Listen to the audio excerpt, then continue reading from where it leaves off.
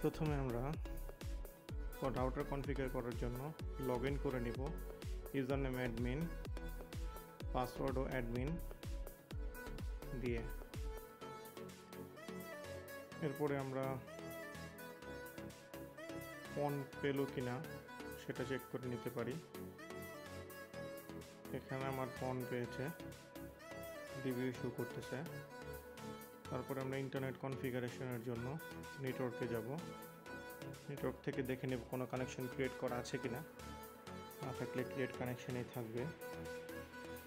আমাদের নির্ধারিত যে পোর্টগুলো দরকার ওগুলো আমরা সিলেক্ট করে নেব। ইউজার নেম, পাসওয়ার্ড, পিপিও বসিয়ে নেব। সার্ভিস লিস্ট থেকে ইন্টারনেট সিলেক্ট করে নেব। এরপরে নেটটা যাতে ঠিক থাকে দেখে নিয়ে ক্রিয়েট করে দিলেই আমাদের ইন্টারনেট কানেকশন সাকসেসফুল হয়ে গেছে। তারপর আমরা দেখব ইন্টারনেটটা কানেক্ট হলো কিনা। তার জন্য ডিভাইস ইনফরমেশন থেকে আমরা দেখে নিতে পারি। এখন আমার ইন্টারনেটটা কানেক্ট হয়নি, আরেকবার রিফ্রেশ দিলে হয়ে যাবে।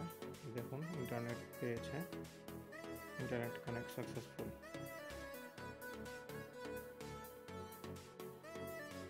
এরপর আমরা নেটওয়ার্ক সেকশন থেকে আমাদের ওয়াইফাইয়ের যে নেম, এসএসআইডি নেম, ওটা চেঞ্জ করতে পারব।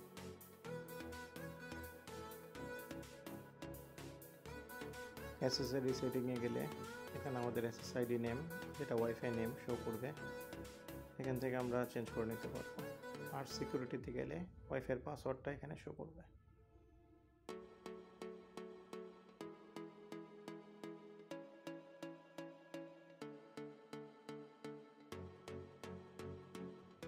অ্যাডমিনিস্ট্রেশনে গেলে সিস্টেম ম্যানেজমেন্ট অপশন থেকে আমরা রাউটারকে রিবুট, রিসেট, ফ্যাক্টরি রিসেট করতে পারবো। এখানে পন মোড অপশন, পন সুইচ করার অপশন আছে।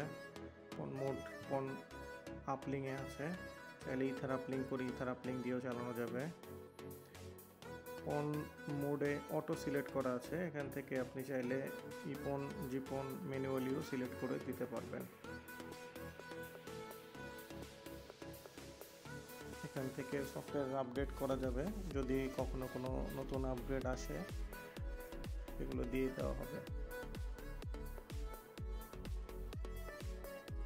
এছাড়াও এতে আছে লুপব্যাক প্রোটেকশন, যার কারণে কোনো লুপব্যাক হলে অনু নিজে থেকেই এগুলো প্রোটেক্ট করতে পারবে, যতটুকুই সম্ভব করতে পারবে।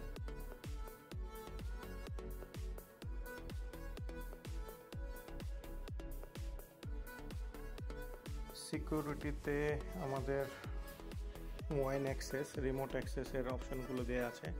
এখান থেকে চাইলে এডিট করে পোর্ট চেঞ্জ করে নেওয়া যাবে। এই রাউটারটি রিমোট সাপোর্ট করে, আপনারা যার মাধ্যমে ইজিলি ওয়াইফাইয়ের পাসওয়ার্ড ডিটেলস চেঞ্জ করতে পারবেন।